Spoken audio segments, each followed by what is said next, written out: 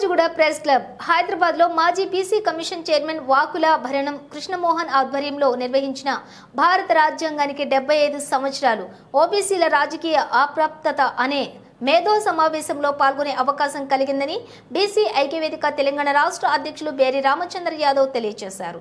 ఈ కార్యక్రమంలో రాజ్యాంగ సభలో ఓబీసీల చారిత్రాత్మక విస్మరణను ప్రస్తావించారు।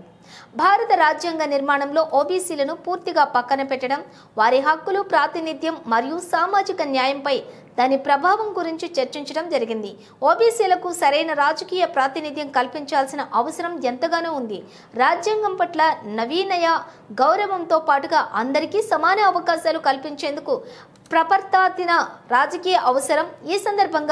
ఈ సందర్భంలోని ఓబీసీల చరిత్రాత్మక విస్మరణను సరిదిద్దడానికి ప్రస్తుత రాజకీయ వ్యవస్థలో వారి యొక్క పాత్రను పెంచడం ముఖ్యమని అభిప్రాయపడ్డారు।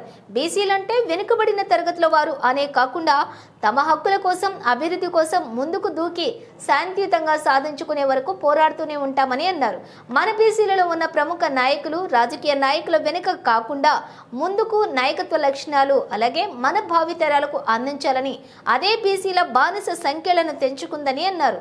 ఈ కార్యక్రమంలో సెంట్రల్ యూనివర్సిటీ ఓబీసీ ఫ్రంట్ జాతీయ అధ్యక్షులు కిరణ్, ఓబీసీ ఫ్రంట్ మహిళా విభాగం వసుమతి యాదవ్, వనపర్తి జిల్లా మధు యాదవ్, కృష్ణగౌడ్, వెంకటేష్, ముదిరాజ్, మున్నూరు కపు సంఘం రాఘవేంద్ర, వడ్డెర సంఘం నాయకులు రాజు, రజక సంఘం నాయకులు అశోక్, నాయి బ్రాహ్మణ సంఘం, రజక సంఘం నాయకులు రాములు, ఈశ్వరయ్య, కుమ్మరి సంఘం నాయకులు కృష్ణయ్య, మేదరి మహేంద్ర సంఘం నాయకులు నాగభూషణం, ఇగోలు పక్కన పెట్టి చిన్న పెద్ద తారతమ్యాలు పక్కన పెట్టి ఐక్యమత్యంతో రాబోయే sarpanch, MPTC, ZPTC, councillor, ward member, corporator ఎన్నికలలో దామాషా పద్ధతిన రాజకీయ రిజర్వేషన్ కల్పించాలని ప్రభుత్వాన్ని కోరారు।